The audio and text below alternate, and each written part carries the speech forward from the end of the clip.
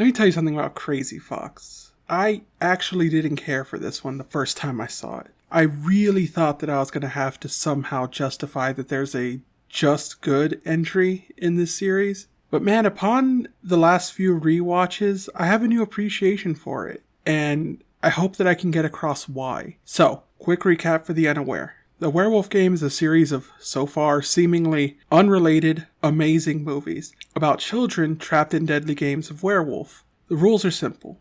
The best games always are. Out of a group, some of them are chosen to be werewolves and must work together to kill a villager every night and hide their identities, as every day, the villagers get to take a vote and execute one person that they suspect of being a werewolf. The game ends whenever the werewolves are removed or there are equal number werewolves and villagers remaining. There's a few extra roles that are introduced into every movie. In this one, we're playing with this hand. The Prophet, who gets to pick one person every night and learn their role. The Guardian, who can pick one person every night to be protected from the werewolves but can never pick themselves. The Medium, who's introduced in this one, who can check on the person who died last if they were voted out and learn their role. And most important to this film, the Fox, who must be alive when the game ends. No matter how it ends, villager or werewolf win. If the Fox is alive, then everyone else loses. This movie solves one of the issues that Villager's side had, where even though our hero is a villager, we still get to follow the werewolves during the night, so we can get a sense of how both sides are playing this out.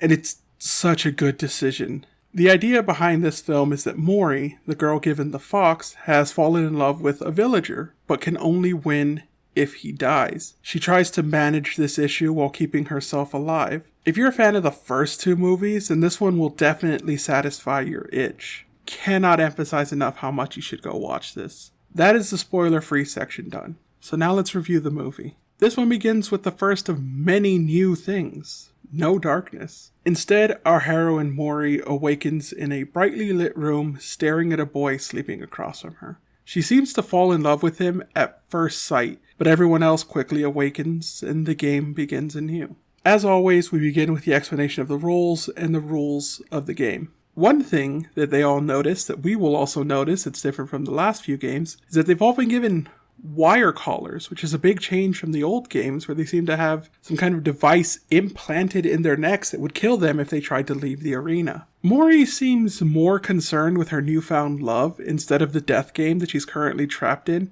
and is called out on it by her friend before being interrupted by a fight from the group in the lobby. This is actually a very different start than the old games because they all seem to be taking it seriously from the very beginning. If we think that all of these movies happen in chronological order, then we know from B's side that the werewolf games have become a type of urban legend. So it's possible that all of these kids believe that this is real because they've heard of it before. We even get a successful introduction circle. Everyone gets their names and a small moment to express their thoughts, and I really hope this becomes a more consistent thing in the future. They begin the first round with a unique tactic of having the Prophet identify themselves so that they can be protected by the Guardian who will remain hidden. But 4 people end up claiming to be the Guardian, which is annoying but is kind of expected. And they do agree to not vote for the people who claim to be the Prophet this night. They then have, their moments of exploration around the building, finding all the rooms. But Mori continues to talk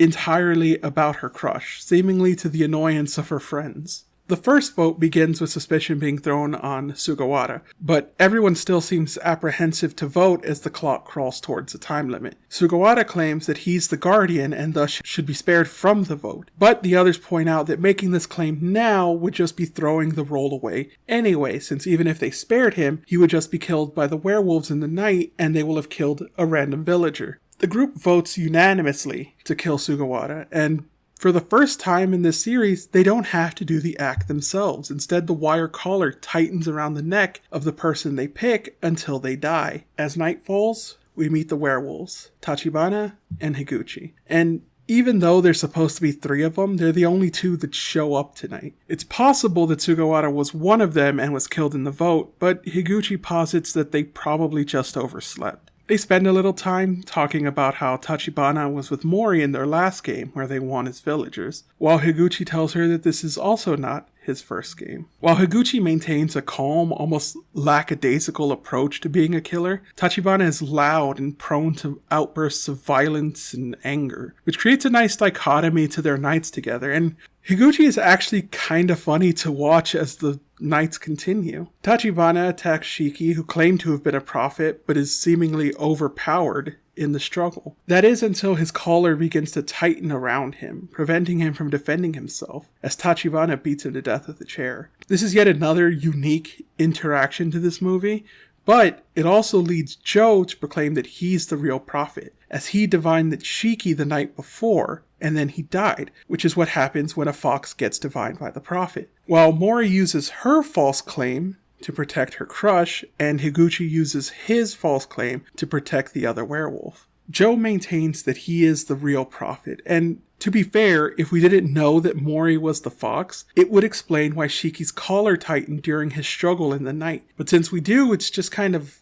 an unusual happenstance. After they all disperse for the day, Higuchi approaches Mori and Osawa to discuss making a faction in order to remove Joe. While Mori seems on board, probably to buy her crush more time, Osawa declines the invitation. Mori then approaches her crush, who's named Takegawa by the way, and explains that she used her prophet on him because she thought that they could be friends. After a small conversation, Mori ends up turning on Higuchi and siding with Takegawa to vote Sumida out instead. And she even tries to get Higuchi on board, but he refuses. At the vote, Joe puts in Mori and Higuchi as the werewolf, since they were claiming to be prophets. But Mori counters by saying that people who haven't said much, like Sumida, are the most suspicious, which causes Sumida to break down into tears as the final vote approaches. She is voted out, and Mori covers her ears as she's strangled to death by her collar. In the bathroom, Mori is attacked by Tachibana, who is also thrown under the bus by Mori's claim that the silent ones are the most suspicious.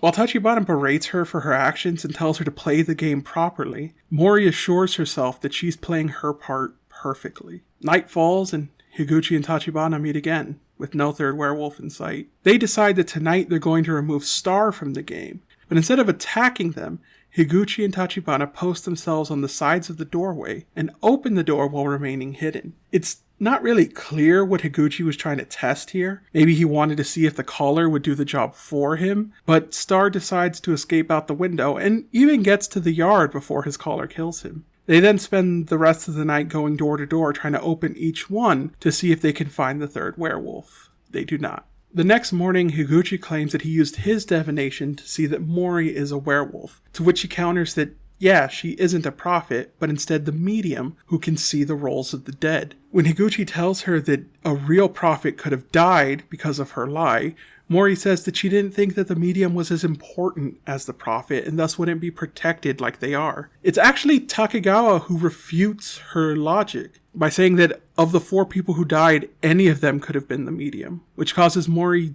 visible distress. But Joe, who's adamant that he's the real prophet, instead calls Tachibana out as the werewolf.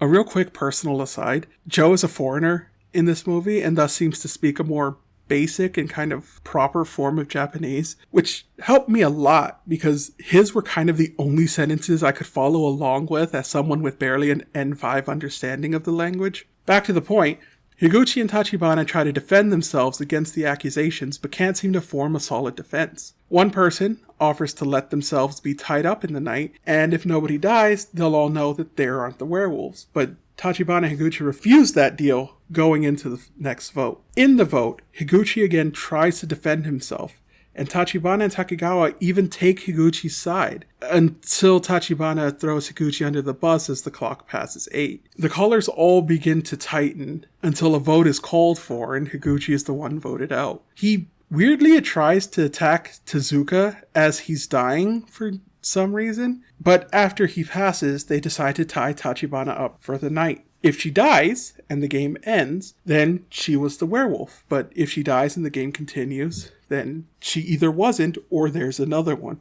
And if someone else dies, then she's also cleared because clearly she couldn't have done it. A few others also volunteer to be tied up to help make it more certain. As night falls, Tachibana begins to panic and eventually finds a knife that someone else seemed to have planted on her bed, which she uses to free herself. She then goes to Ozawa's room and accuses her of being the other werewolf, planting the knife in her bed to make her suspicious and having her own knife. In her mad ramblings, Ozawa manages to strike her and cuts her cheek wide open, all but guaranteeing that Tachibana will be voted out as the next werewolf. As Tachibana tries to figure out what she's going to do, she's approached by the other werewolf.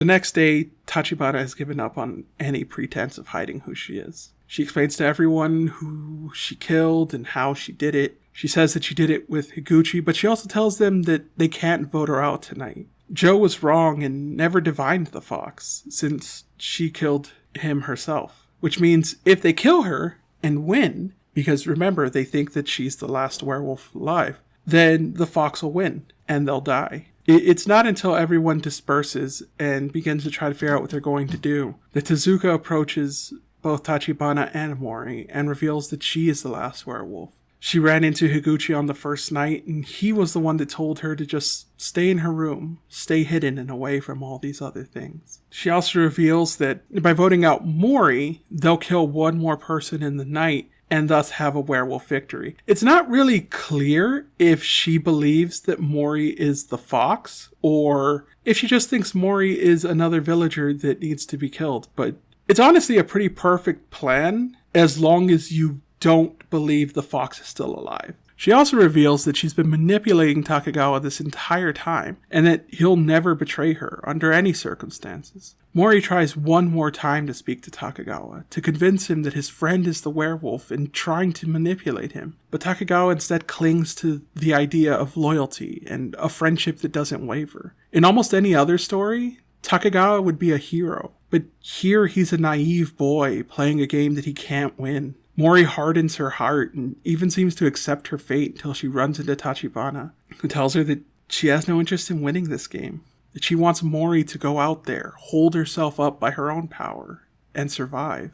The next vote begins. Mori begins the proceedings by making one last desperate plea to Takegawa, saying that there's another fox in this game, and that he needs to think and decide for himself who to vote for, and not just follow his friends. Time eventually does run out, and the final vote begins. Mori and Joe vote for Saiki, Takegawa and Tezuka vote for Mori, and lastly, Tachibana votes for Saiki. She falls down dead, and the screen flickers to life and declares that the game is over. 2 werewolves, 2 villagers, and 1 fox. The collars tighten around everyone, killing them slowly and painfully at Mori's feet before hers releases, and she's free. Crazy Fox is still an unusual entry. While it summarizes itself as a story about Mori trying to save herself and the person that she loves, it's really just a story of Mori trying to survive. She makes a small effort to keep Takegawa safe by declaring him a villager when she's pretending to be a prophet, and does spend a lot of her free time pining over him, but she doesn't do anything too ridiculous to try to circumvent the rules or make sure that Takegawa lives even at her own expense. And she is one of the better players of this game that we've seen so far in this series, given her unusual role. And Higuchi and Tachibana are a joy to watch work together. And even Tezuka's seemingly flawless final ploy are brilliant